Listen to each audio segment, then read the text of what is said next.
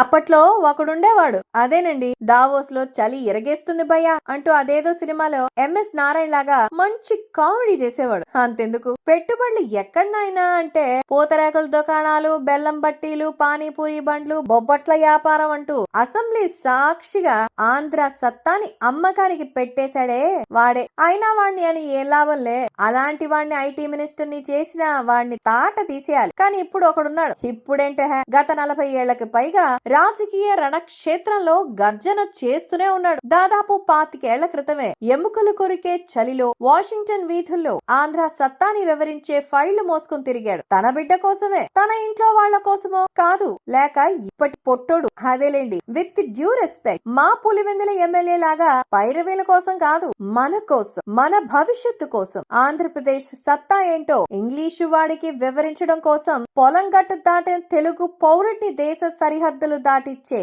పరిష్కారం కోసం అప్పటికి ఇప్పటికి ఆ కటౌట్ తొణకలేదు, బెణకలేదు. అవన్నీ కాదహ, అసలు ఎక్కడా తగ్గలేదు. పెట్టుబడులకి పుట్టినిల్లు లాంటి దావోస్ లాంటి ప్రాంతానికి చలిలో స్నానం కూడా చేయలేని వీరాధి వీరులు వెళ్లిన ఇదే దావోస్ లోనే చలి కోట్లను పక్కన పెట్టి తన కటౌట్ కి సెట్ అయ్యే కద్దరు మాత్రమే వేసుకుని తాను 70s లో లేదు, స్టిల్ 17 లోనే ఉన్నానన్నట్టుగా తెగ పోజు కొడుతున్నాడు. అంతే మరి, కమిట్మెంట్ ఉన్నోడికి, కలేజా ఉన్నోడికి కారణాలతో పనుండదు. చలి అనుకుని సాకులు వెతికే అవసరం అంతకన్నా ఉండదు. ఎందుకంటే కార్యాచరణలో నిత్యం బిజీ కనుక. కానీ కాకమ్మ కబుర్లు చెప్పే బ్యాచ్ మాత్రం చలిస్తుంది, వణుకొచ్చేస్తుంది అంటూ కట్టు కథలు చెప్తూ ఉంటారు. ఎంతైనా నాయుడు, నీ కటౌటే కాదు, కాన్ఫిడెన్స్ కూడా అద్దరిపోయింది. ఆంధ్రావని నీ రాకకై ఆశగా ఎదురు చూస్తోంది. పెట్టుబడుల ప్రవాహంతో తిరిగి వస్తావని, ఆంధ్ర అభివృద్ధి లెక్కని మరోమారు శిఖరాగ్రాన నిలబెడతావు అని.